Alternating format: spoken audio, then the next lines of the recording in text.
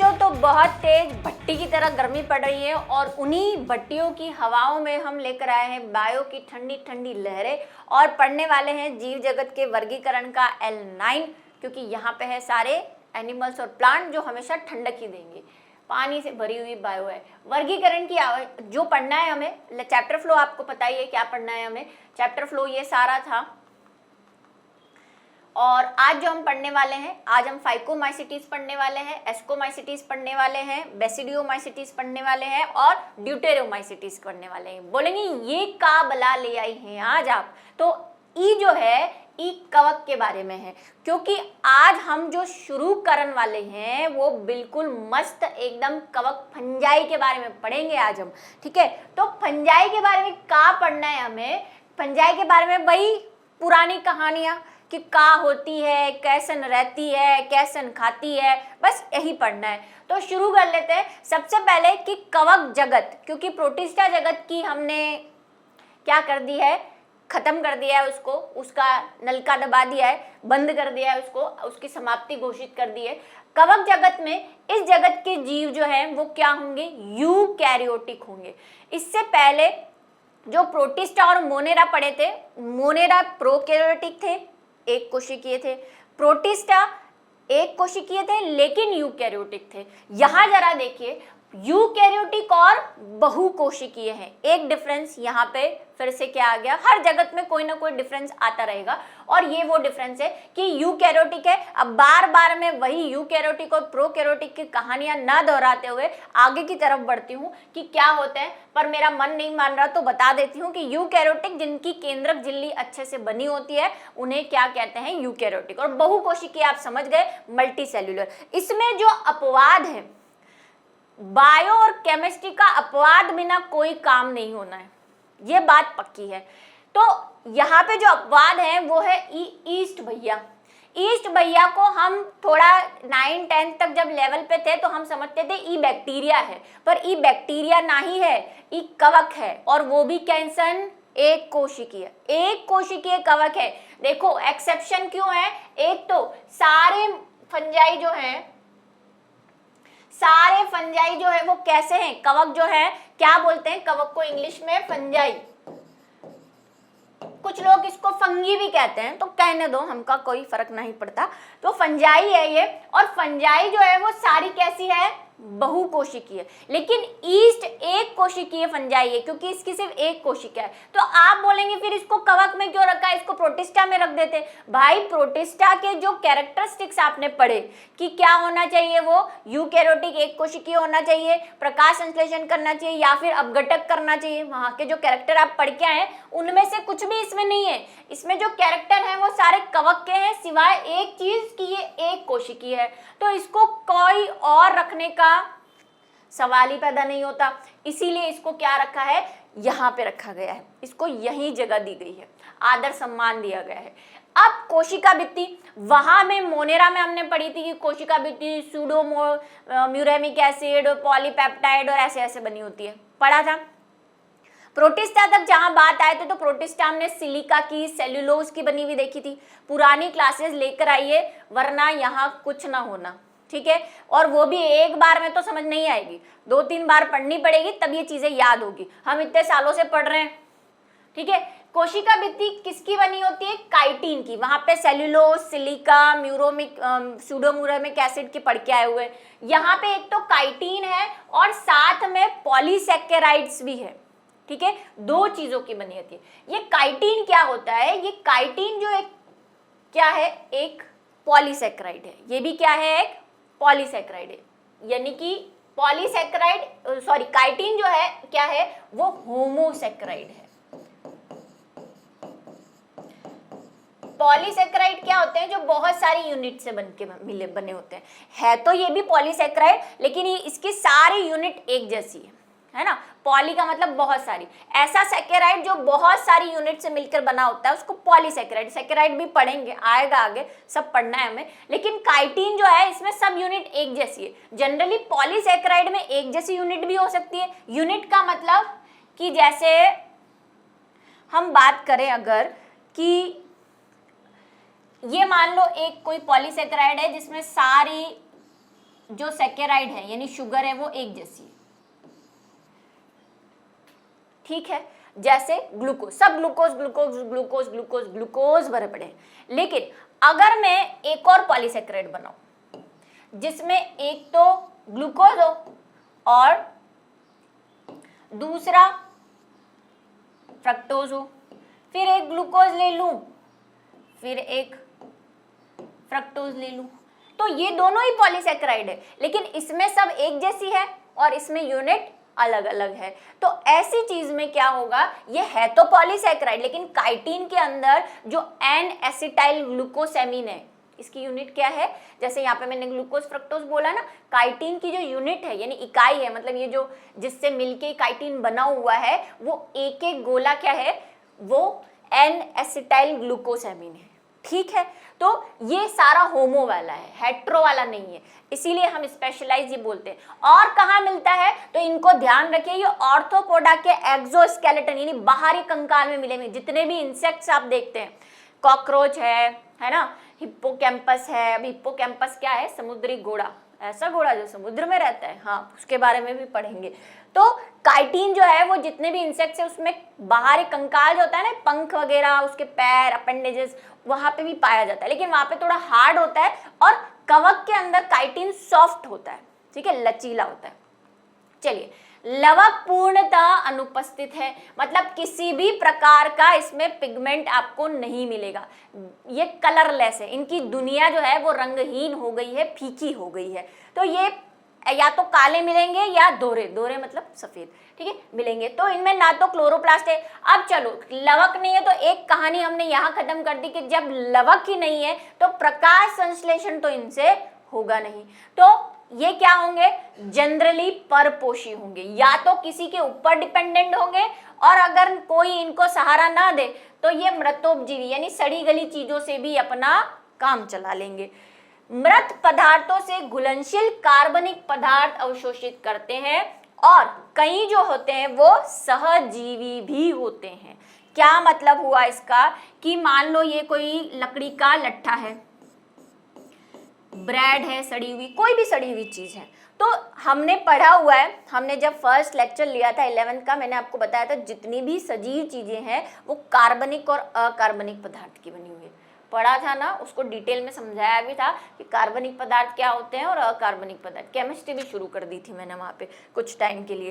तो ये कार्बनिक पदार्थों की बनी होती है। तो ये कवक क्या करते हैं, इनमें लवक तो है नहीं, ना कोई प्रॉपर पाचन तंत्र है कि खाया और डाइजेस्ट किया, जैसे हमने प्रोटिस्टा में पढ़ा कि वहाँ पे खाद्य धानियाँ होती है, संकुचनशील रिक्तिका होती है, ऐसा कोई इनके पास मटीरियल नहीं है। तो ये क्या करते हैं, रेडीमेड जोमेटो से फूड ऑर्डर करते हैं ना हम, जैसे स्विगी और जोमेटो से, तो इनका जोमेटो ये सड़े गले पदार्थ कि बनाना कुछ नहीं, ऑर्डर कर लो। क्या ऑर्डर करते हैं कि ये ऐसी सड़ी गली चीजों पे जाकर ऐसन लिपट जाएंगे, फैल जाएंगे, ऐसे रायता फैला देंगे अपना, और फिर क्या करेंगे, अपने हाइफा, अभी हाइफा क्या होते हैं बताऊंगी, ये इसके अंदर घुसा देते हैं और वहां से सारे जो भी इसके कार्बनिक पदार्थ है वो सारे अवशोषित कर लेते हैं और अपना खाना बना मतलब ले लेते हैं। कई सहजीवी भी होते हैं, मतलब देखेंगे आप लाइकेंस पढ़ेंगे जब हम, तो कई कवक जो होते हैं वो शैवालों के साथ सहजीवन व्यतीत करते हैं, मतलब साथ साथ रहते हैं। उसमें कवक उसको कुछ जरूरतें शैवाल की पूरी कर देता है और शैवाल की कुछ जरूरतें कवक पूरी कर देता है, उसका एक पूरा टॉपिक है, पढ़ेंगे बाद में। तो सहजीवन भी करते हैं।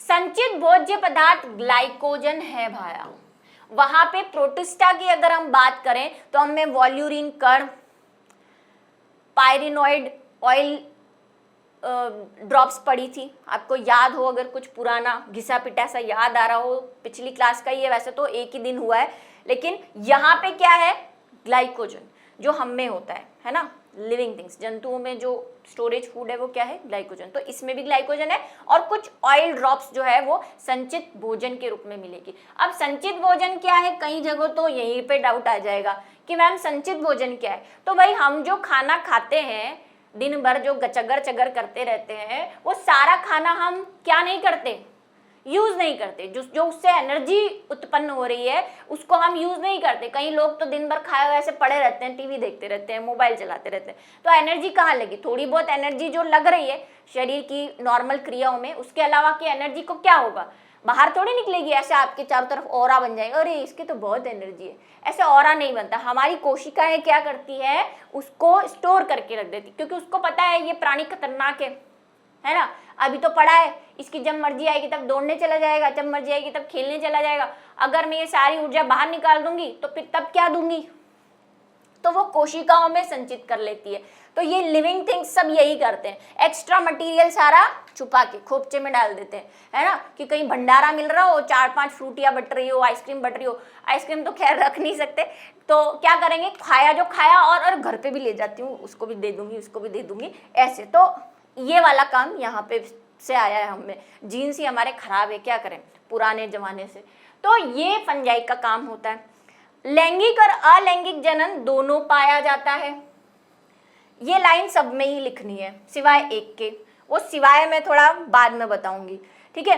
तो लैंगिक और अलैंगिक जनन दोनों सारी कवकों में पाया जाता है। इसका भी एक्सेप्शन है, क्योंकि जैसे एक कोशिकी का एक्सेप्शन है। तो चलिए पहले मैं आपको बताती हूँ कि कवक की कहानियां, कि कवक होता कैसा है, कवक की संरचना क्या होती है। तो जो ये कवक है ना बेचारे, ये होते हैं धागे समान, लंबे, जाले के समान संरचना होती है, ठीक है। ऐसे लंबे लंबे धागे होते हैं ऐसे। अब ये एक धागा है तो इसको हम बोल देते हैं कवक तंतु।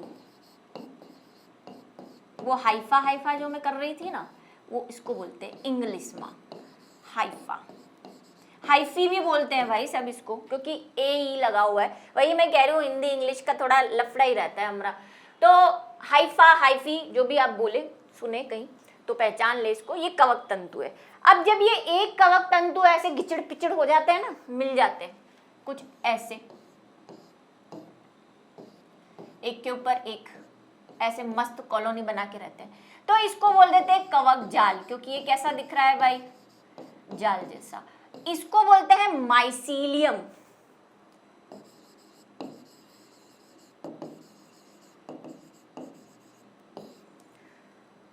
ठीक है, इसीलिए कवकों को माइसिटीज भी कहा जाता है। अगर इसका लैटिन वर्ड निकाले ना फंजाई का, तो माइसिटीज कहा जाता है, माइसीलियम बनाते हैं।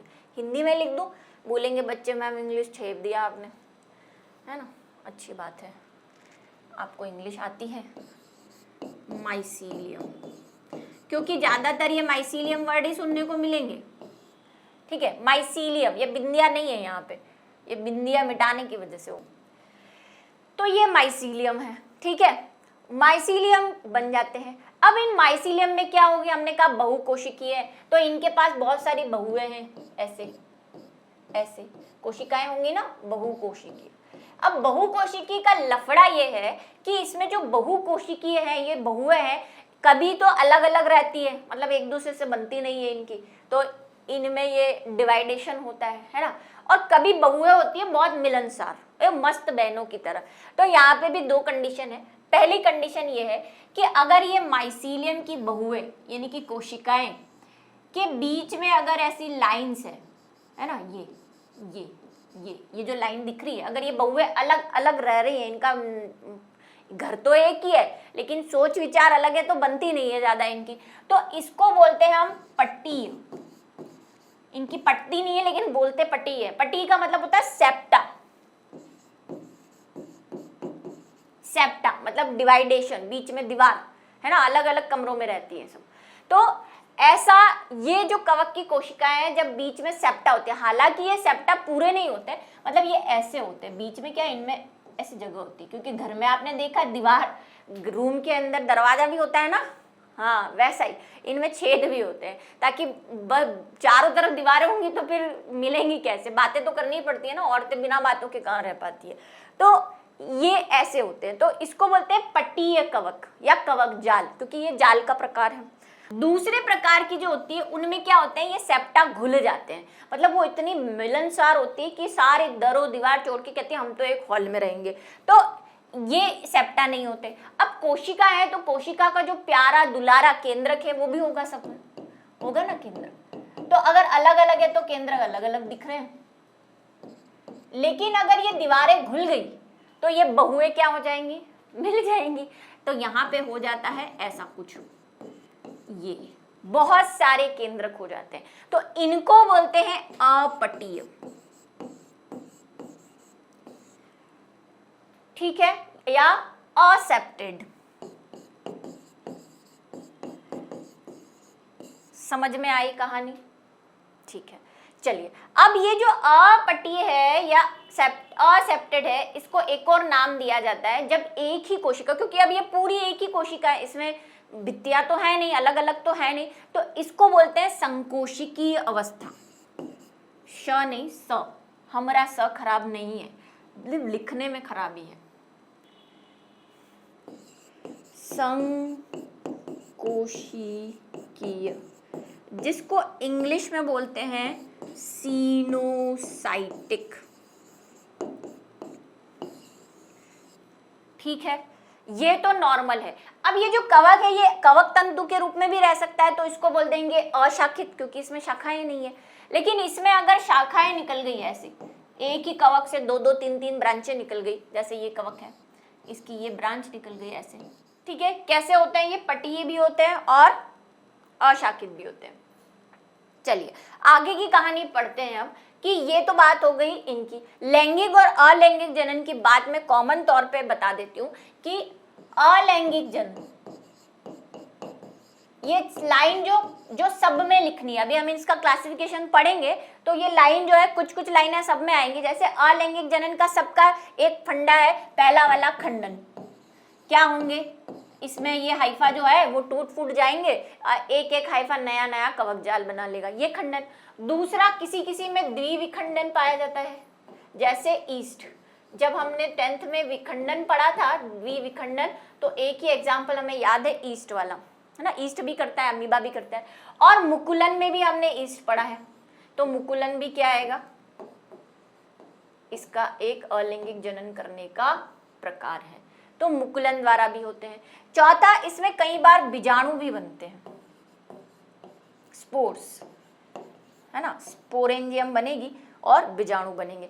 पांचवा, जो हम, हालांकि वो 12th का फर्स्ट चैप्टर है, कोनिडिया। कोनिडिया बीजाणु जैसे ही होते हैं, लेकिन थोड़ा सा डिफरेंस है, ये है कि ये अचल होते हैं, मतलब चलते नहीं है बेचारे, कोनिडिया। तो कोनिडिया बनते हैं, वैसे भी बीजाणु के अंदर ही पड़े जाते हैं कोनिडिया। तो ये तरह से ये अलैंगिक यानी एसेक्सुअल रिप्रोडक्शन करते हैं सभी, मैक्सिमम, है ना। किसी में मतलब स्पोर बन जाएंगे, किसी में, ये दो तो मैक्सिमम ही मिलेंगे। ये मुकुलन ईस्ट में मिलता है, बीजाणु वाले जैसे पक्सीनिया वगैरह एस्कोमाइसिटीज में मिल जाएंगे। तो ये तो कॉमन वाली बातें हो गई। लैंगिक जनन इनका बड़ा मस्त है। क्यों मस्त है? क्योंकि ये हमारी तरह का प्रोसेस यूज करते हैं। प्रोसेस मीन्स वो नहीं, इंटरकोर्स ऐसा नहीं यूज करते ह्यूमन की तरह, बट ये क्या करते हैं, 3 स्टेप्स में काम करते हैं। पहला तो ये करते हैं प्लाज्मोगेमी, यानी प्लाज्मा का क्या होता है? प्लाज्मा कहाँ है? कोशिका द्रव्य को ही क्या बोलते हैं? प्लाज्मा भी बोलते हैं। तो पहले तो क्या होता है, इनका कोशिका द्रव्य मिलता है। जब ये हाइफा मिलेंगे तो इनका पहले कोशिका द्रव्य मिलता है। दूसरी स्टेप में ये होते हैं केंद्रक संलयन। अब मैंने हिंदी लिख दिया, इसको कैरियोगैमी कहते हैं। इसका लिख दूं जीव द्रव्य संलयन या कोशिका द्रव्य संलयन। इसका इंग्लिश लिख देती हूँ कैरियोगैमी। गैमी गैमी खेलते हैं, ठीक है, तो कैरियोगैमी हो गया। और तीसरे स्टेप में मतलब पहले जीव द्रव्य मिलेगा, फिर केंद्रक मिलेंगे, और फिर क्या होगा, अर्धसूत्री विभाजन या माइटोसिस। फिर विभाजन होगा, जिसको हम जनरल वे में हम कह सकते हैं कि विभाजन होगा, और फिर बनेंगे हमारे युग्मक बनेगा। ऑब्वियसली बीच में एक स्टेप जो है, अब वो 4 युग्मक बनना ही है। जब 2 कैरियो केंद्रक मिलेंगे तो युग्मक ही बोलेंगे। हालांकि वो युग्मक जैसे हमारे जो हाई लेवल के एनिमल्स हैं उन जैसे युग्मक नहीं होते, पर क्योंकि 2 चीजें मिलती हैं तो हम क्या बोल देते हैं, युग्मक संलयन बोल देते हैं। तो ये तीन ये कॉमन बातें हैं कवक की जो हमें लिखनी है। उन पॉइंट्स के अलावा आप इसको ऐड कर सकते हैं। फिर से बता दूं ये सब एक्स्ट्रा मटेरियल है, ये वाला तो है बुक में, ये बाकी ये थोड़ा लाइंस दे रखी है एक दो, और ये हमें जानना ही है क्योंकि संरचना तो पढ़नी ही है, तो इसको लिखें।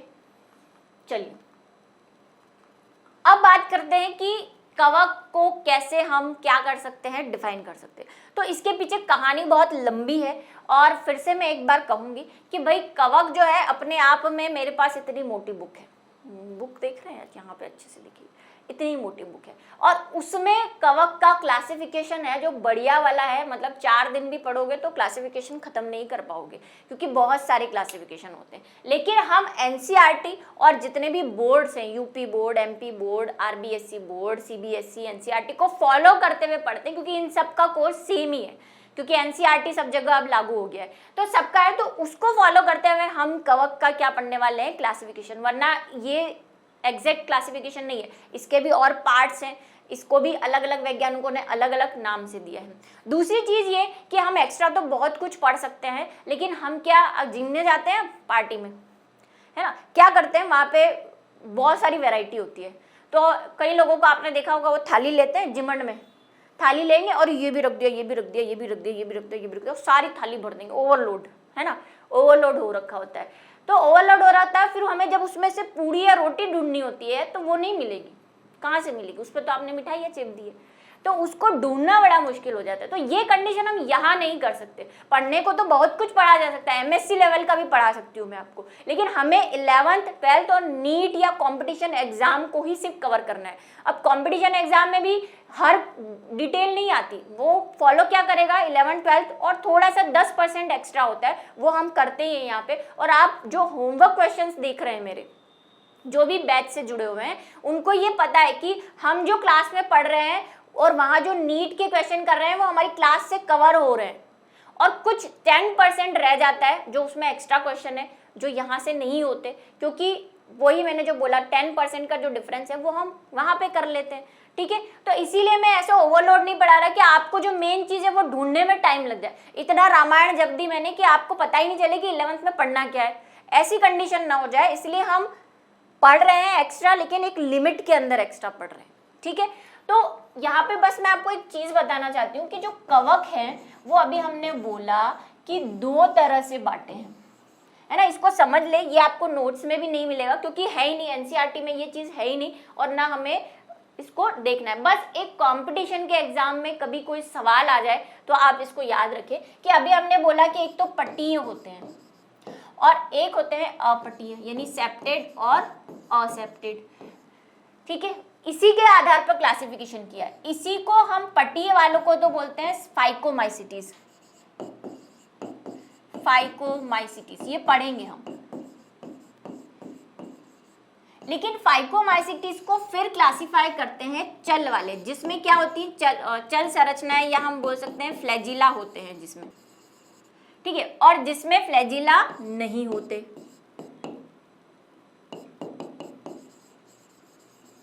यानी कशाब नहीं होते। तो इनका एक मेंबर है जाइगोमाइसिटीज, यानी इसका भी आगे क्लासिफिकेशन है। कहाँ है जाइगोमाइसिटीज, इनको हमें पढ़ना है। हम क्या पढ़ेंगे, जो फाइकोमाइसिटीज मेंबर दे रखा है ना आपके, फाइकोमाइसिटीज हेडिंग दे रखी है, उसमें भी हम ये वाली चीज नहीं पढ़ रहे हैं एनसीईआरटी में, सिर्फ ये चीज पढ़ेंगे। जाइगोमाइसिटीज के जिसमें कशाब नहीं है उन्हीं मेंबर को पढ़ेंगे, सिर्फ एग्जाम्पल पढ़ेंगे, वो भी ब्रीफ में, जैसे कि मैंने कहा एक्सप्लेनेशन तो बहुत ज्यादा है। ठीक है, उसके बाद पट्टीय वाले को हम 3 कैटेगरी में बांटते हैं जो हम एनसीईआरटी में पढ़ेंगे। एक तो है एस्कोमाइसिटीज, इनके नाम याद रखना इजी है। जिसमें एस्कस बनता है उसको एस्को बोल देते हैं, जिसमें बेसिडियम बनता है उसको बेसिडियोमाइसिटीज बोल देते हैं।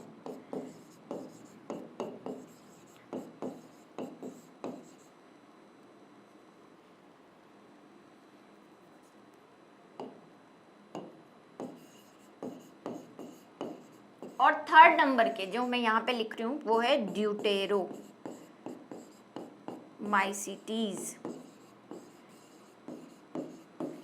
मैंने बोला था ना इनको माइसीलियम कहते हैं कवक जाल, इसलिए आप देखो सबके आगे माइसीलिटीज माइसीटीज माइसीटीज लगा हुआ है, क्योंकि माइसी कवक का जो लैटिन नेम है वो माइसीटीज ही है ना। माइकोफाइटा भी कहते हैं इसको, कवक जैसे मतलब पादप के समान मान के इनको करते हैं।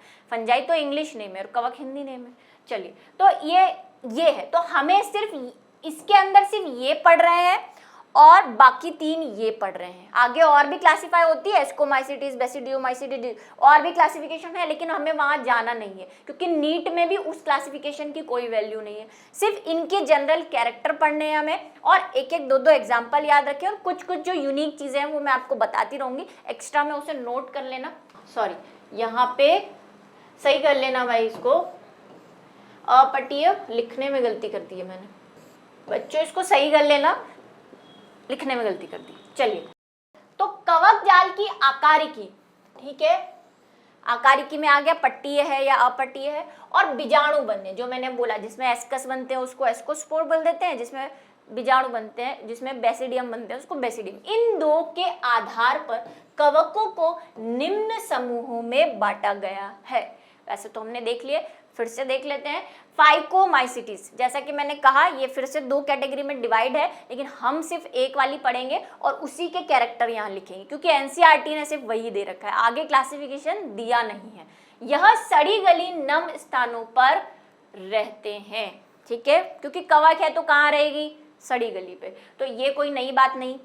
ये कैसे होते हैं, अपट्टीय बहुकेंद्रकीय। बहुकेंद्री कैसे हो गए, जो मैंने आपको बोला संकोशिकी, क्योंकि पट्ट नहीं है तो वो कैसे बन जाएंगे, पट्ट नहीं है, अगर इसमें पट्ट नहीं है तो वो कैसे बन जाएंगे, सिनसाइकट बन जाएंगे, बहुकेंद्रकीय बन जाएंगे। जब पट्ट नहीं होते हैं तो वो वाले कवक जाल के रूप में होते हैं। उसके बाद अलैंगिक जनन चल बीजाणु द्वारा, ठीक है, और लैंगिक जनन युग्मक संलयन द्वारा होता है। युग्मक संलयन आपको बताया, लैंगिक जनन के 3 स्टेप, प्लाज्मोगेमी, कैरियोगेमी और फिर युग्मनज बनना या विभाजन। तो ये उसी लाइन में वो सारी चीज आ गई, क्योंकि ये सारी लाइन सब में लिखनी पड़ेगी, ठीक है। युग्मक समयुग्मकी, इस बात को मैं आपको समझा देती हूँ कि समयुग्मकी विषम युग्मकी क्या होते हैं। ये वैसे 12th में फिर से पढ़ोगे आप इसको। देखो, युग्मक बनते हैं मतलब जब निषेचन होता है। निषेचन की प्रक्रिया में अगर हम लैंगिक जनन की बात करें तो हम कहते हैं कि लैंगिक जनन में 2 जनक होते हैं। एक को हम नॉर्मल लैंग्वेज में नर या मादा कह लेते हैं, ठीक है, लेकिन क्योंकि कवक बहुत लोअर कैटेगरी के एनिमल है तो हम नर या मादा नहीं बोलते, उनको युग्मक बोलते हैं। इसको या तो नर युग्मक बोल देते हैं और इसको मादा, पादपों के मैनर में। लेकिन कवक में थोड़ा सा और उल्टा है। कवक में क्या ऐसा कोई डिफाइन नहीं होता कि नर कहाँ है, मादा का पहचान नहीं होती, तो वहां पे हम क्या करते हैं, एक को तो बोल देते हैं प्लस हाइफा और एक को बोल देते हैं माइनस, तो नर और मादा भी नहीं लगाते। इसलिए अब मैं ये मिटा रही हूँ, आपको बताना था ये चीज, इसीलिए लिखा था कि इसीलिए यहाँ पे नर व मादा भी नहीं लगाते, सिर्फ क्या करते हैं, नर व मादा नहीं लगाते, सिर्फ क्या करते हैं, युग्मक लिख देते हैं, प्लस और माइनस। तो ये जो युग्मक बनते हैं, ये युग्मक 2 तरीके से बन सकते हैं, या तो ये दोनों सेम हो, जैसे यहाँ पे दिख रहे हैं, ये भी गोल है वो भी गोल है, वो भी छोटा है वो भी छोटा है, तो उसको बोलते हैं समयुग्मकी। जब ये मिलेंगे, क्योंकि 1 प्लस 1 माइनस है, ये मिलेगा तभी तो युग्मनज बनेगा। लैंगिक जनन में यही होता है ना, 2 युग्मक बनते हैं, वो मिलते हैं, निषेचन होता है, ठीक है। तो जब दोनों एक जैसे मिलते हैं तो उसे हम समयुग्मकी कहते हैं, और जब दोनों अलग अलग तरह के हों, मान लो ये युग्मक में से एक युग्मक जो है वो ऐसा चल वाला है जिसमें फ्लैजिला है, ठीक है, और एक युग्मक जो है वो ऐसा बड़ा सा है और चलता भी नहीं है, तो एक वही प्लस और माइनस, यहाँ पे हम नर मादा नहीं बोलते, यहाँ पे हम प्लस माइनस हाइफा यानी कवक तंतु कहते हैं। तो ये प्लस वाला कवक तंतु है, ये मादा। क्यों, कैसे पता चलता है, क्योंकि वो 2 मिलते हैं तो हमें पता चल जाता है कि मिल रहे हैं, वो एक अपोजिट मैग्नेट का सुना है ना आपने, अपोजिट पोल्स अट्रैक्ट, जो विषम होते हैं, मतलब एक अगर मैग्नेट का आप साउथ पोल लेंगे और नॉर्थ पोल लेंगे तो वो एक दूसरे को क्या करेंगे, आकर्षित करेंगे, लेकिन सेम लेंगे तो वो डिटैच हो जाएंगे, आकर्षित नहीं करेंगे। तो यहाँ पे ये दोनों एक दूसरे को आकर्षित करते हैं, तो हमने इनको नाम दे दिया कि एक पॉजिटिव होगा और एक नेगेटिव होगा, तभी ये एक दूसरे के पास आ रहे हैं। सेक्स में भी ऐसा ही होता है ना, मानव में भी ऐसा ही होता है, एक नर होता है एक मादा होती है, दोनों अपोजिट लिंग के होते हैं, इसीलिए एक दूसरे को अट्रैक्ट करते हैं। तो यहाँ पे भी यही चीज है, इसलिए एक को प्लस और एक को माइनस कह देते हैं, ये आगे भी बात आएगी। तो जब दोनों एक दूसरे से बिल्कुल अलग हो तो हम उसे बोल देते हैं विषम युग्मकी। विषम का मतलब हेट्रो, सम का मतलब होमो, सम मतलब समान, विषम मतलब अलग अलग। तो ये सारे कवकों में होगा, सम युग्मकी भी होता है किसी में विषम युग्मकी भी होता है। ठीक है, ये बात समझ में आई। उदाहरण है इसका म्यूकर और राइजोपस। ये कहाँ पे मिलते हैं? अच्छा, एक बात जो मुझे बतानी है कि फाइकोमाइसिटीज को सामान्य रूप से शैवाल कवक भी कहते हैं। अब शैवाल अलग है और कवक अलग है, लेकिन इनका नाम है, इनको क्या बोलते हैं? एल्गल फंजाई भी कहते हैं, क्योंकि कुछ कुछ कैरेक्टर या दिखने में ये कैसी होती है? शैवालों जैसी होती है। एल्गी भी पढ़ेंगे आगे हम तब। तो इनका कॉमन नेम सबका ध्यान रखेंगे, चाहे तो यहाँ पे एक ब्रैकेट लगा के नोट कर ले, इसको क्या बोलते हैं? एल्गल फंजाई या शैवाल कवक भी। सबके कॉमन नेम में बता रही हूँ मैं धीरे धीरे। तो म्यूकर और राइजोपस, ये दो नाम आपको याद रखने हैं। म्यूकर और राइजोपस क्या होते हैं? म्यूकर राइजोपस आपने देखा है, ये ब्रेड, जो आपकी ब्रेड होती है ना, उस पे ग्रीन ग्रीन ब्लैक ब्लैक से स्पॉट आ जाते हैं जब वो सड़ जाती है, तो वो जो होता है वो राइजोपस कवक होती है। ठीक है, और गोबर, गोबर, सड़ा हुआ गोबर देखा है? क्यों देखेंगे मैम? तो देखो तभी सीखोगे, सब चीज देखनी है। तो ये सड़े हुए गोबर पे जो फफूंद आती है वो फफूंद होता है म्यूकर, जो कवक होती है। तो इन दोनों में यही डिफरेंस है, बाकी सारी कहानी इनकी सेम है, सिर्फ 2-3 अंतर है इसमें। तो ये रहा आपका राइजोइड। ठीक है, अब मैं आपको एक खास बात बताती हूँ फाइकोमाइसिटीज की। फाइकोमाइसिटीज में जो राइजोपस है उसमें जो कवक जाल होता है ना, वो 2 तरह का होता है। पहला होता है ये नीचे आपको दिख रहा है, ये भी कवक जाल ही है, लेकिन इसका कलर और शेप थोड़ा सा डिफरेंट है, तो इनको बोलते हैं राइजोइड्स। राइजोइड्स को हिंदी में भी राइजोइड्स ही बोल देंगे, मुझे माफ करें, इसका कोई हिंदी नहीं है, राइजोइड ही बोलते हैं इसको, हाइफा बोल दो ज्यादा से ज्यादा। ठीक है, और ऊपर वाले जो होते हैं उनको बोलते हैं स्टेनिफेरस कवक तंतु या हाइफी, ये ऊपर वाले। ठीक है, तो इनमें राइजोपस की खासियत है, मूकर में ऐसा नहीं होता है। एक अंतर तो क्या हो गया, ये सड़े हुए गोबर पे उगता है, ये ब्रेड पे उगता है। एक अंतर ये हो गया कि राइजोपस में जो है वो कवक जाल अलग अलग प्रकार और आकृति का होता है, मतलब डिफरेंशिएशन होता है, भिन्नताएं होती हैं उसमें। लेकिन म्यूकर में ऐसा नहीं होता, इसका कवक जाल एक जैसा है, यहाँ पे जैसा दिख रहा है। ठीक है, इसमें ऐसा अलग अलग कलर या अलग अलग शेप में आपको कुछ नहीं मिलेगा। तो ये है स्टेनिफेरस कवक तंतु, और नीचे वाला जो होता है वो राइजोइड्स होता है।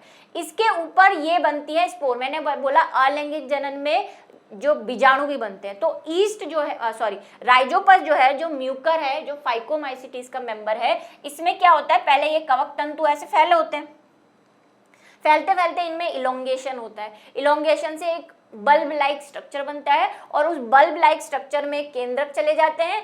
केंद्रक जाके क्या करेंगे, केंद्रक चले गए इस बल्ब लाइक स्ट्रक्चर में, केंद्रक चले गए, ये केंद्रक जाके अपने अपने पास कोशिका द्रव्य इकट्ठा कर लेंगे और क्या बना देंगे, बीजाणु, स्पोर जिसको हम कहते हैं। तो यहाँ पे क्या बनती है, ये जो दिख रही है ये क्या है, बीजाणु धानी। हिंदी लिख देती हूं मैं साथ में, बीजाणु धानी। और जिसपे बीजाणु धानी लगी हुई है उसको बीजाणु काय बोल सकते हो आप।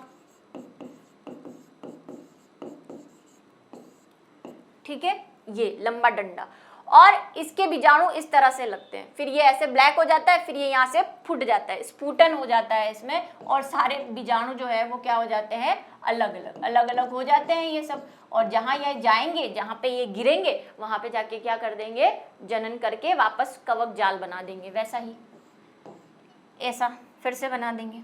ये अलैंगिक जनन का मेथड है। ठीक है, म्यूकर थोड़ा सा डिफरेंट इसलिए है कि एक मैंने आपको डिफरेंस बताया इनके संरचना में, दूसरा डिफरेंस इनके उगने में, और तीसरा डिफरेंस है इनके इस स्पोर फॉर्मेशन में। ठीक है, स्पोर फॉर्मेशन में क्या डिफरेंस है कि जो म्यूकर है उसके जो ये बीजाणु है, ये बीजाणुधानी यहाँ पे दिख रही होगी आपको, ये है ना, ये बीजाणुधानी में एक एक ही होता है, मतलब एक एक स्पोर ही बनता है। यहाँ पे एक साथ क्लस्टर में बनते हैं बहुत सारे, ठीक है, और यहाँ पे एक एक बनता है। ये बेसिक डिफरेंस है। बाकी सारी कहानी जो है म्यूकर और राइजोपस की सेम है। 3 अंतर है जो मैंने आपको बता दिया, आप नोट कर ले, वो एक्स्ट्रा वाले में नोट करें आप बॉक्स बना के कहीं। चलिए, फिर है एस्कोमाइसिटीज। ठीक है, एस्कोमाइसिटीज क्या है? एस्कोमाइसिटीज का जो सामान्य नाम है वो है सेक फंजाई, थैली लाइक फंजाई, यहाँ पे शायद लिखा हुआ भी आएगा। चलिए, इस थैली फंजाई, इसे थैली फंजाई भी कहते हैं, कॉमन नेम आपको पता चल गया। उसका क्या है? शैवाल लाइक, यानी शैवाल जैसी कवक कहा जाता है। एक या कुछ या एक कोशिकीय होते हैं इसमें से कुछ, तो जैसे ईस्ट जो अपवाद स्वरूप यहीं पे है, तो ये ध्यान रखें कि ईस्ट किसका मेंबर है? ईस्ट एस्कोमाइसिटीज का मेंबर है, और एक ऐसी कवक है जो एक कोशिकीय है। कुछ बहुकोशिकीय भी होते हैं जैसे पेनिसिलियम। तो इसके 2 एग्जाम्पल आपको मिल गए यहीं पे, ईस्ट और पेनिसिलियम, जो आपके बहुत बहुत चर्चित है। इनका कवक जो है वो पटीय होता है। याद है ना आपको, इधर वाले जो थे वो पटीय थे। ठीक है, पटीय में ही हमने एस्कोमाइसिटीज, बेसिडोमाइसिटीज और ड्यूटेरोमाइसिटीज को जगह दी है। तो पटीय होंगे और कैसे होंगे? शाखित होंगे, यानी ब्रांच होंगे, इनके फाइफा ऐसे ब्रांचेस में लगे होंगे। अलैंगिक जनन में कोनिडिया बनते हैं। ये आ गया अब नया कॉमेडिया, कॉमेडिया नहीं कोनिडिया। उसमें क्या बन रहे थे? बीजाणु। तो अलैंगिक जनन की जो मैंने आपको विधियां बताई थी, अभी जो 5-6 विधियां लिखी थी, वही एक एक 2-2 में सब में चेपनी है। तो इसमें स्पेशलाइज क्या बनते हैं? कोनिडिया बनते हैं, बीजाणु भी बनते हैं। बीजाणु का प्रकार है कोनिडिया।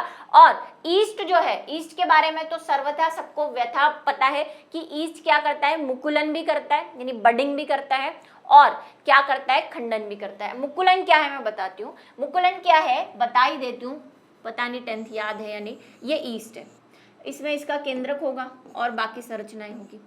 ईस्ट क्या करता है कि अपने बाहर की तरफ एक आउटग्रोथ निकालता है। आउटग्रोथ का मतलब अतिवृद्धि, ऐसी फुंसी जैसा। अब ये अतिवृद्धि आती है तो इसके साथ साथ कुछ कुछ क्या आ जाता है? कोशिका द्रव्य आ जाता है। कोशिका द्रव्य आता है तो कहता है जहां कोशिका द्रव्य जाए मैं भी वहां जाऊं। तो ये क्या करता है? कोशिका द्रव्य आ जाता है। दूसरी स्टेज में क्या होगा? ये कोशिका केंद्रक भी क्या होने लगता है? ऐसा शेप बना लेता है। वो सोचता है अगर मैं इधर चला गया तो इसके पास कौन रहेगा, तो वो अपने आप को 2 हिस्सों में बांट देता है। तो थोड़ा सा पार्ट किसको दे देता है? इस मुकुलन को। इसको क्या बोलते हैं? मुकुल, बड। इस मुकुलन को दे देता है। तो ये थोड़ा सा पार्ट में यहाँ डाल दूँ, ये चला गया। फिर ये यहाँ से डिटैच हो जाती है, मतलब अलग हो जाती है, और अलग होके क्या बना लेगी? नया ईस्ट बना लेगी। ये ऐसा बड़ा होके नॉर्मल ईस्ट बना लेगी। इसीलिए ईस्ट बहुत जल्दी डिवाइड होते हैं। तो इनमें मुकुलन पाया जाता है ईस्ट में, असेक्सुअल रिप्रोडक्शन या अलैंगिक जनन के लिए। पेनिसिलियम में कोनिडिया बनते हैं, ठीक है। और लैंगिक जनन में इनमें एक स्पेशल स्ट्रक्चर बनता है जिसको हम बोलते हैं एस्कोस्पोर। है ये भी बीजाणु, लेकिन लैंगिक जनन में बन रहे हैं। ये वाले जो कोनिडिया है ये किसमें बन रहे हैं? इसको बहुत ध्यान से सुने। कई बच्चे जब ऑप्शन आता है तो पूछा जाता है लैंगिक जनन में बीजाणु बनते हैं, तो बोलेंगे कोनिडिया। कोनिडिया नहीं बनते। लैंगिक जनन में जो बीजाणु बनते हैं उनको एस्कोस्पोर कहते हैं, और अलैंगिक जनन में जो बीजाणु बनते हैं उसको कोनिडिया कहते हैं। और जिसमें ये बनते हैं उसको एस्कस धानी बोलते हैं, इसीलिए इनका नाम एस्कोमाइसिटीज है। ठीक है, एस्कस क्या है? ये बीजाणु है, यहाँ पे लिख दिया।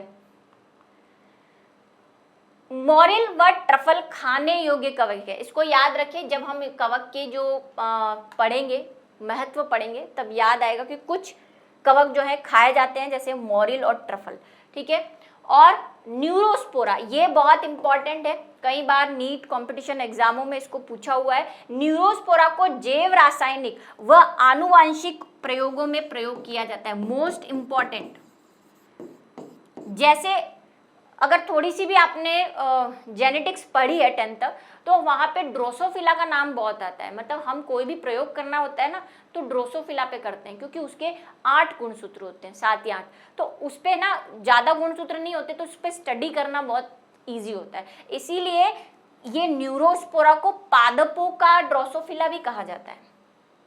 ये भी आप कहीं नोट कर ले कि इसको पादपों का, क्योंकि इसके गुणसूत्र बहुत सिंपल है और कम है, तो हम इजीली इसको क्या कर सकते हैं, स्टडी। तो ये 2 चीजें याद रखें, इंपॉर्टेंट है।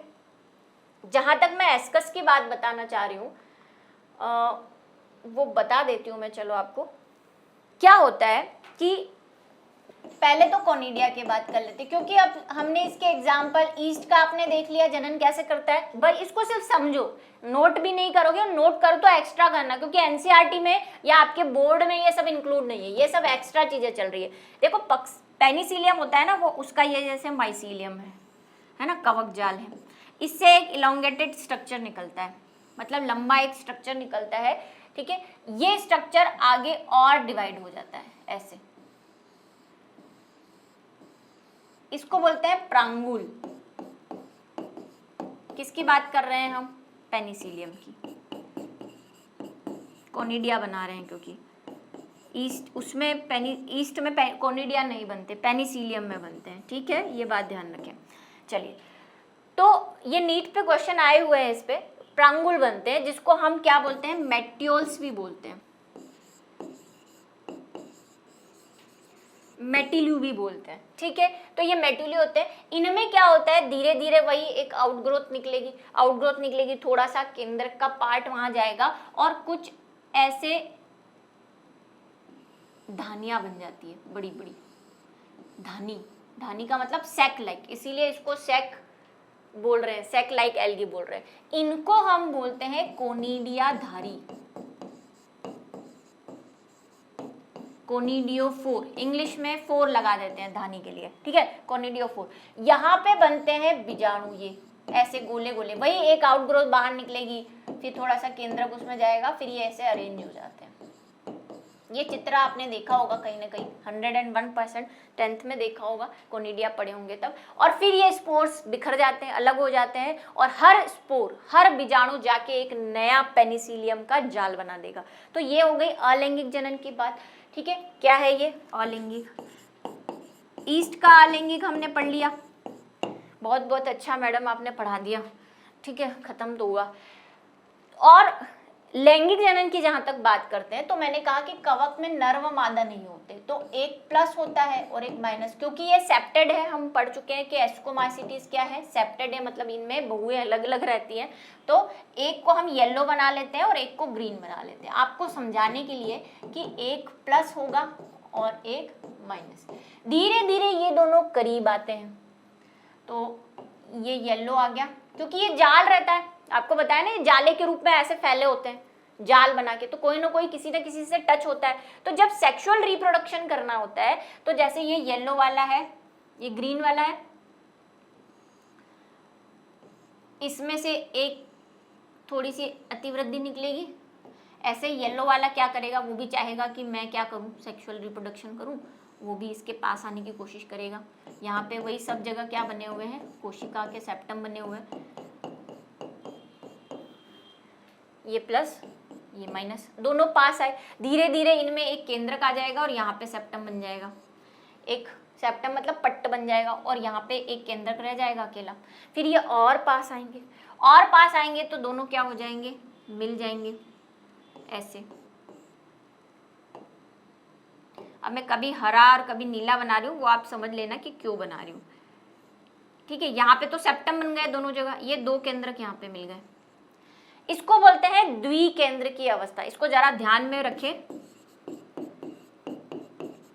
क्योंकि कवक में क्या होता है, डायरेक्टली दोनों न्यूक्लियस या केंद्रक मिलते नहीं है, कुछ टाइम तक द्विकेंद्र की अवस्था बनी रहती है। ये आपके एनसीईआरटी बुक में भी लिखा हुआ है कि कवकों में एक मतलब 2 केंद्रक पास आए, डायरेक्ट नहीं मिलते, कुछ टाइम तक वो द्विकेंद्र की अवस्था में रहते हैं। एक तो एस्कोमाइसिटीज में रहते हैं और एक बेसिडियोमाइसिटीज में भी ऐसी संरचना बनती है जहाँ पे कुछ समय तक कोशिका में 2 केंद्रक रहते हैं। तो ये कुछ टाइम तक रहेंगे, फिर उनको लगेगा यार, वो होता है ना लड़का लड़की पहले तो एक दूसरे को भाव देते हैं, अच्छा देखते हैं ठीक है हाँ हाँ लाइन आ रही है, ये आ रही है, तो ये ऐसा करते हैं भाई, खड़े खड़े क्या कर रहे होते हैं, ताड़ रहे होते हैं। फिर इनको लगता है नहीं अब सेक्सुअल रिप्रोडक्शन कर लेते हैं, तब क्या होता है, ये दोनों मिल जाते हैं। ये पट्ट बने हुए हैं यहाँ पे, बार बार मैं इसलिए नहीं बना रही। अब ये क्या बन गया हमारा, युग्मनज, यानी कि जाइगोट। तो ये जाइगोट कैसा होगा भाई, कवक कैसे होते हैं, अगुणित, ये अगुणित होंगे, है ना, सारे कवक नहीं होते लेकिन एस्कोमाइसिटीज के अगुणित होते हैं। तो ये अगुणित है, तो ये अगुणित क्या होते हैं, जिसमें अगुणित नहीं है, जिसका कवक द्विगुणित है, वो पहले क्या करेगा, अर्धसूत्री विभाजन करके युग्मक बनाएगा, मतलब ऐसे हाइफा बनाएगा जो अगुणित होंगे। और जो ऑलरेडी अगुणित कवक है उनका तो सीधा बस मिलन करना है, कोई कॉन्सेप्ट ही नहीं है। ये जाइगोट बन गया, ये कैसे होगा 2n, लेकिन हमारे हाइफा कैसे हैं, n है, तो इनमें क्या करना पड़ेगा, अर्धसूत्री विभाजन। क्यों, क्योंकि हमें तो कैसा कवक चाहिए, अगुणित कवक चाहिए, ये तो द्विगुणित स्पोर है, द्विगुणित नहीं बनेगा, इसमें गुणसूत्रों की संख्या डबल है। तो द्विगुणित को अगुणित बनाने के लिए कौन सा विभाजन किया जाता है, अर्धसूत्री विभाजन किया जाता है। तो अर्धसूत्री विभाजन से क्या होगा, पहला अर्धसूत्री विभाजन से 4 बनेंगे। अर्धसूत्री विभाजन से कितने बीजाणु या युग्मक बनते हैं, 4। यहाँ पे युग्मक नहीं बन रहे, यहाँ पे बीजाणु बन रहे, तो 4 बनते हैं। अब एस्कोमाइसिटीज के मेंबर की एक खासियत होती है कि इसमें 4 वाला आगे डिवाइड कर सकता है, कौन सा डिवीजन कर लेगा आगे, वो समसूत्री वाला। तो 4 से कितने हो जाएंगे, 8।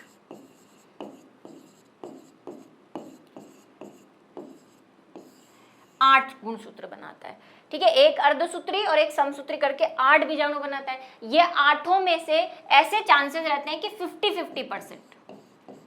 50-50% क्या 50% नेगेटिव पॉजिटिव वाले बन जाएंगे और 50% बीजाणु से कौन सा हाइफा बनेगा, नेगेटिव वाला हाइफा बनेगा, ऐसा होता है। तो ये जब जाइगोट बनता है और ये बीजाणु बनते हैं तो ये एक संरचना के अंदर बनते हैं। ये जब ये पूरा जब जाइगोट बन जाएगा ना, तो जाइगोट के बाद ये पूरा स्ट्रक्चर चेंज हो जाता है ना, ऐसा हो जाता है। और जब ये बीजाणु बन जाते हैं तो ये बीजाणु क्या, जैसे मान लो यही हाइफा है, ठीक है, ये वाली, इसके बाद का स्ट्रक्चर मैं यहाँ बना रही हूँ। इसके बाद ये जाइगोट बन गया, इसके बाद यहाँ से क्या होगा, एक धानी उत्पन्न होगी। जैसे यहाँ पे कोनिडियो हो रही है ना, यहाँ पे एस्कस धानी उत्पन्न होती है। एस्कस धानी में ये बीजाणु 8 के 8 क्या हो जाते हैं, अरेंज हो जाते हैं। इन बीजाणुओं को बोलते हैं एस्कस, और जिसमें ये है उसको बोलते हैं एस्कस धानी या एस्कोस्पोर, या सॉरी एस्कोकार्प, ठीक है, एस्कोकार्प बोलते हैं इसको। फिर जब ये फट जाएगी तो ये बीजाणु चले जाएंगे और क्या बना लेंगे, इसमें से 50% जो है पॉजिटिव वाले बना लेंगे और 50% नेगेटिव। तो ये साइकिल पूरा कंप्लीट हो गया। तो ये कौन सा जनन है, ये लैंगिक जनन है।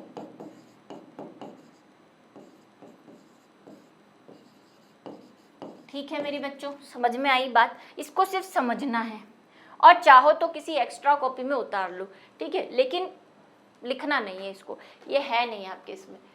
इसको बस हम, क्योंकि एनसीईआरटी में कई बार ऊट पटांग सवाल वो नीट में पूछे जाते हैं, इस पे जैसे पूछा हुआ है ना, इस पे कोई नहीं आया है, लेकिन वही एस्कस क्या है आपको पता होना चाहिए, खाली रटने का कोई मतलब नहीं है, इसलिए समझा दिया, ठीक है। अब आते हैं हम बेसिडियोफाइटिस में, जिसको हम बोलते हैं क्लब फंजाई। क्लब फंजाई बोलते हैं इसको, ठीक है, याद रखेंगे इसका कॉमन नेम। यह मिट्टी के लट्टों, वृक्ष के ठूंठ पर पाए जाते हैं, सभी मृत चीजों पर पाए जाएंगे, चाहे कोई मिट्टी में, कोई सड़े हुए गोबर पे, कोई सड़ी हुई ब्रेड पे, कोई सड़ी हुई रोटी पे, इस तरह से मिलेंगे। ये कैसे होते हैं, शाखित व पट्टीय, क्योंकि हमने बोला एस्कोमाइसिटीज, बेसिडोमाइसिटीज और ड्यूटेरो, वो पट्टीय हैं और कैसे हैं, शाखित या अशाखित हो सकते हैं। लैंगिक जनन वही बीजाणु न बनकर कायिक जनन होता है।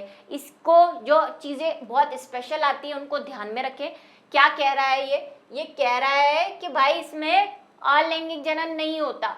अलैंगिक जनन होता है लेकिन बीजाणु नहीं बनते, क्योंकि हमने अलैंगिक जनन की जो विधियां पढ़ी थी उसमें बीजाणु भी लिखा था। इसमें बीजाणु नहीं बनते, इसमें सिर्फ क्या होता है, कायिक जनन होता है।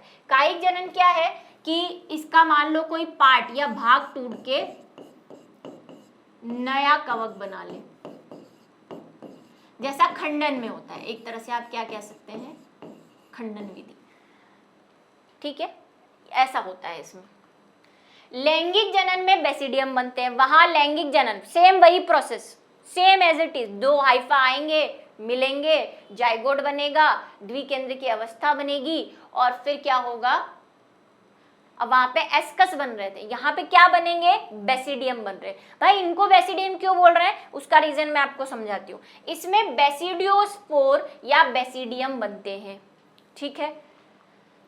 बेसिडियम फलनकाय होता है, फलनकाय का मतलब होता है फ्रूटफुल, ठीक है, फ्रूट बॉडी जिसको कहते हैं, इंग्लिश में क्या कहते हैं, फ्रूट बॉडी। क्यों है ये फ्रूट बॉडी, इसके अंदर आपके आते हैं मशरूम। मशरूम देखा है आपने, मशरूम के कवक कैसे बनते हैं, ये कवक नॉर्मल हाइफा होता है ना, ऐसे पट्टी है और केंद्र की है। इसमें एक आउटग्रोथ उत्पन्न होती है पहले, ऐसी वाली, फिर ये आउटग्रोथ में क्या होता है, यहाँ से दो संकीर्ण बनते हैं ऐसे अंदर की तरफ, ऐसे अंदर की तरफ भुजा, बलून लेके हम उसको दो उंगलियां डाले तो वो अंदर से कैसे हो जाता है, वैसे।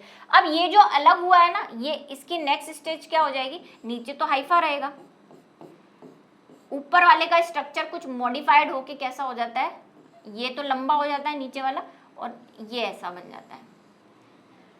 अब दिखाई दे रहा है मशरूम, ये ऐसे बनता है, ठीक है, मशरूम है ये। इसके मेंबर कौन है, सारे मशरूम्स। और इस मशरूम के अंदर अगर आप मशरूम को उल्टा करके देखोगे तो आपको ऐसे जाले जाले जैसे लाइंस दिखाई देती है। किसी ने मशरूम देखा हो, आजकल तो बहुत मिलते हैं, यही जाले इसके हाइफा है, माइसीलियम है।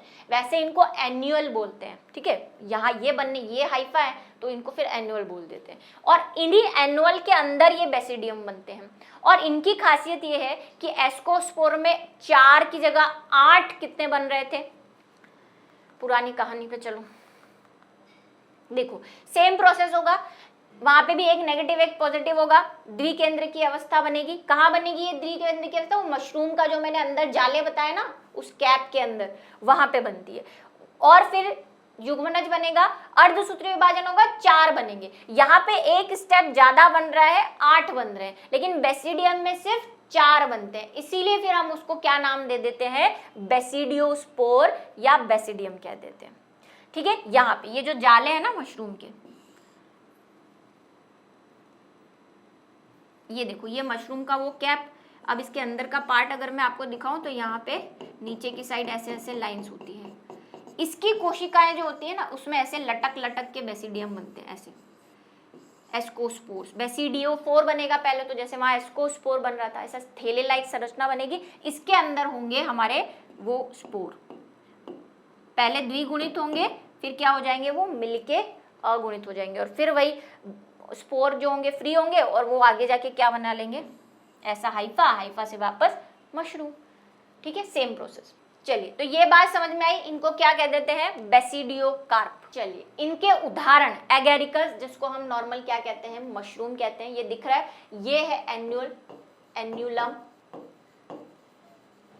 ठीक है। ये आपको ये जाले दिख रहे हैं नीचे, इसी के अंदर बनते हैं बेसिडियोकार्प, और उसी के अंदर वो बनते हैं, ऐसे लटक जाते हैं, छोटे छोटे बहुत। लटक तो क्या हमें लटकते हुए नहीं दिखेंगे क्योंकि बहुत छोटे, ऐसे इसके अंदर बेसिडियोफोर बनते हैं। और ये लंबा दिख रहा है, नीचे इसके हाइफा हो गए।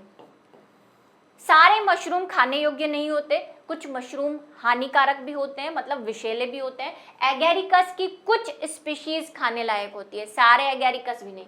तो एगेरिकस और इसके एग्जाम्पल है ऑस्टिलिगो और पक्सिनिया, इनके बारे में मुझे कुछ बताना है, लेकिन पहले मैं खाने योग्य जो मशरूम हम खाते हैं वो एगेरिकस तो है, लेकिन एगेरिकस कैम्पेसिट्रस और एक है एगेरिकस, अब मैं एगेरिकस को शॉर्ट में लिख रही हूँ, बाइस्पोरा। नाम नोट कर ले भाई, एगेरिकस, बाइस्पोरा, ये दोनों खाने योग्य स्पीशीज है मशरूम की, इसको ध्यान रखें। सारे एगेरिकस खाने लायक, सारे मशरूम खाने लायक नहीं होते, पॉइजनस भी होते हैं। कहीं ऐसा नहीं हो आपको उगा हुआ दिखे पेड़ के नीचे, तोड़ा आज इसकी सब्जी बनाएंगे, भाई ऐसा मत कर देना। ये है ऑस्टिगो, ये जो छोटे छोटे आपको दिख रहे हैं ना, ये इनका नीचे तो माइसीलियम है और ये है ऑस्टिगो। और ये देखो मैं आपको बताती हूँ, ये है बेसिडियम, ये बन रहा यहाँ पे भी दिख रहा होगा, ये बेसिडियम है और इसमें ये जो डब्बे दिख रहे हैं ये बेसिडियोस्पोर है। फिर ये ऐसे रवाना हो गए यहाँ से, ये रवाना होने के बाद क्या बना लेंगे, नया माइसीलियम बना लेंगे, ऑस्टिगो बना लेंगे। इन दोनों को किट कवक भी कहते हैं, ठीक है, लेकिन इन दोनों के किट अलग अलग होते हैं। पहला है पक्सीनिया, इसको भी नोट करें वही एक्स्ट्रा वाली में, और ये है ऑस्टिलिगो। ये क्या करते हैं, गेहूं में एक रोग फैलाते हैं, मतलब डिजीज फैलाते हैं। कवक है भाई, सबको सड़ा रहे हैं, डिजीज भी फैलाते हैं। तो ये डिजीज फैलाते हैं, एक रोग फैलाते हैं। गेहूं में एक रोग आपने सुना होगा काला किट रोग होता है और एक होता है श्वेत किट रोग। तो ये जो पक्सीनिया है ये तो होते हैं श्वेत किट वाले। किट का मतलब होता है रस्ट, है ना, इसको वाइट रस्ट भी बोलते हैं। और ये होते हैं काला, इसको काला किट रोग कहते हैं, लेकिन इसको रस्ट नहीं कहते हैं। इसको क्या कहते हैं, यहां पे लिख दो नीचे, स्मट बोलते हैं इसको,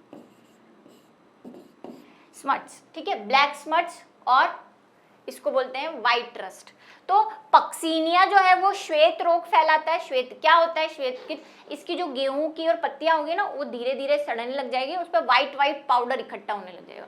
जहां पत्ती पे आप देखो व्हाइट व्हाइट व्हाइट व्हाइट बहुत सारा पाउडर हो जाएगा, और इसमें ऑस्टिलिगो काला कर देता है, उसमें काला काला पाउडर दिखाई देता है पत्तियां। जैसे मान लो ये पत्ती है, गेहूं की पत्ती है, तो इसमें ये लाइन्स है। अब क्या है, ये ब्लैक बोर्ड थोड़ा क्या है ब्लू है, तो मैं ब्लैक दिखाऊंगी तो दिखेगा नहीं, तो मैं व्हाइट वाला दिखा। अब इस पे ऐसे ऐसे ऐसे पाउडर दिखेगा, व्हाइट व्हाइट व्हाइट व्हाइट, ऐसे पाउडर पाउडर बिखरा पड़ा रहेगा। तो इसको क्या हो गया है, श्वेत किट रोग हो गया है। और वो कौन फैला रहा है, पक्सीनिया। वैसे तो पक्सीनिया ग्रेमिनिस स्पीशीज है, गेहूं में फैलाती है जो, लेकिन आप सिर्फ किट और ऑस्टिगो याद रखो। तो ये जो है ये कुछ खास बातें, छोटी छोटी मगर मोटी बातें। फिर आए हैं हमारे महान ड्यूटेरोमाइसिटीज, जो सबसे बहुत ज्यादा क्वेश्चन जो इसमें पूछा हुआ है। इनको बोलते हैं फंजाई इम्परफेक्ट। भाई एक होता है ना ह्यूमन, ये परफेक्ट ह्यूमन है।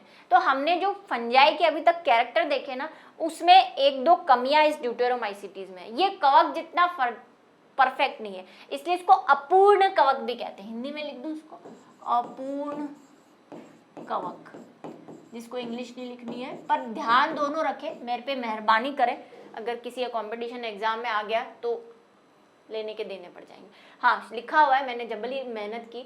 इसे अपूर्ण कवक कहते हैं क्योंकि इसमें केवल अलैंगिक जनन ही पाया जाता है। अभी तक जितने भी आपने मेंबर पढ़े सब में अलैंगिक जनन और लैंगिक जनन दोनों पाए जा रहे थे, ठीक है, लेकिन इसमें सिर्फ अलैंगिक जनन पाया जाता है, लैंगिक जनन अभी तक इसमें खोज नहीं हुई है। अब कुछ वैज्ञानिकों का कहना है कि इसके जो मेंबर हैं, अगर उनमें लैंगिक जनन मिल जाता है, रिसर्च चल रही है, तो फिर उनको हम ऊपर वाले किसी क्लास में डाल देंगे, मतलब एस्कोमाइसिटीज या जैसे भी उसके कैरेक्टर होंगे उस हिसाब से उसको डाल दिया जाएगा। लेकिन जब तक इनमें लैंगिक जनन की खोज नहीं होती, इनको ड्यूटेरोमाइसिटीज में रखा जाता है।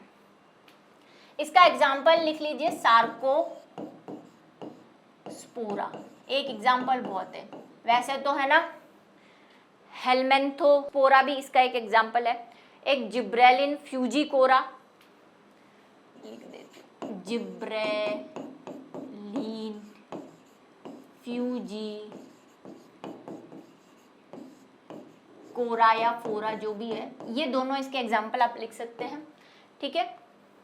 कवक जाल शाखित्व पट्टी होता है, क्योंकि वो पट्टी वाले में ही आ रहे हैं तो शाखित्व पट्टी है। कुछ तो है, मृत है भाई, परजीवी भी है, मतलब किसी के अंदर रहकर भी खाना लेता है, मरे हुए पे तो रहता ही है। तो इसके बारे में अभी कोई ज्यादा इंफॉर्मेशन नहीं है। अलैंगिक जनन जो है वो कैसे करेगा, या तो बीजाणु बनते हैं, वैसे इसमें कोनिडिया बनते हैं, बता देती हूँ, इसमें कोनिडिया बनेंगे, बीजाणु बनेंगे, स्पोर्स जो है वो बनते हैं, ठीक है। खंडन द्वारा हो जाएगा, मुकुलन नहीं होता, ठीक है, खंडन द्वारा हो जाता है। तो इनमें कुछ ज्यादा नहीं है, एग्जाम्पल यहाँ पे नहीं थे, मैंने लिख दिए, जिब्रेलिन फ्यूजिकोरा और सार्कोस्पोरा, ये इसके 2 एग्जाम्पल है, इनको ध्यान रखें और तबीयत से इनको देखते रहें। इनके जो फोटो है वो दिखा देती हूँ मैं आपको, ये देखिए, एक और एग्जाम्पल यहाँ लिखा हुआ है अल्टरनेरिया और ट्राइकोडर्मा, ठीक है, तो ये भी लिख सकते हैं आप, ये ज़्यादा इजी हो जाएंगे शायद आपके लिए।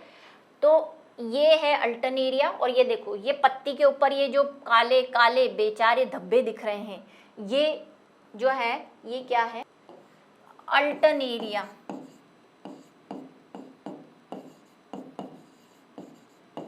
ठीक है, और ये उसका इंटरनल स्ट्रक्चर, मतलब आप इस अल्टरनेरिया को जब माइक्रोस्कोप में देखेंगे तो बेचारा कुछ ऐसा दिखेगा। आप ये देख रहे हैं, इसमें कुछ ऐसे लीफ लाइक स्ट्रक्चर दिख रहे हैं, यही इसके वो बीजाणु है, बीजाणु बनते हैं। और ये लंबा वाला दिख रहा है, ये हाइफा है इसका कवक तंतु। तो अल्टरनेरिया और ट्राइकोडर्मा, और 2 मैंने वो बता दिए जो स्पेशल थे। जो जिब्रेलिन फ्यूजिकोरा है वो राइस में एक रोग फैलाता है, हाँ नहीं, राइस में नहीं, गन्ने में, शुगर कैन में एक रोग फैलाता है, जिससे गन्ने का जो इंटरनोड है उसमें गैप ज़्यादा हो जाता है। नोड और इंटरनोड होती है ना गन्ने में, एक तो कोई भी तना होता है उसमें ये वाली जो संरचना होती है उसको पर्व बोलते हैं, और पर्व के बीच में जो संरचना होती है उसको पर्व बोलते हैं, और पर्व के ऊपर दोनों साइड ऐसे गांठियां जैसा होता है उसको पर्व संधि बोलते हैं, है ना। ये नोड है और बीच वाला इंटरनोड है। तो इनमें क्या इलोंगेशन ज़्यादा कर देता है, तो इलोंगेशन की वजह से उसकी थिकनेस कम हो जाती है, तो गन्ने में एक बीमारी फैलाता है वो। ये अल्टरनेरिया है, ये भी ऐसे ही खतरनाक सी डिजीज पैदा करता है, ठीक है। तो आइए इसी के साथ जो आज का हमारा लेक्चर है वो ख़त्म होता है। हालांकि इसके लाभ हमें पढ़ने हैं, और वो मैं शायद या तो होमवर्क क्वेश्चन में करवा दूंगी, या हम एक इम्पॉर्टेंट क्वेश्चन का टॉपिक लेके जाएंगे चैप्टर एंड में, तो उसमें करवा दूंगी, ठीक है। तो चलिए इसी के साथ चैप्टर खत्म होता है, तो बने रहिए हमारे साथ अगले वीडियो लेक्चर।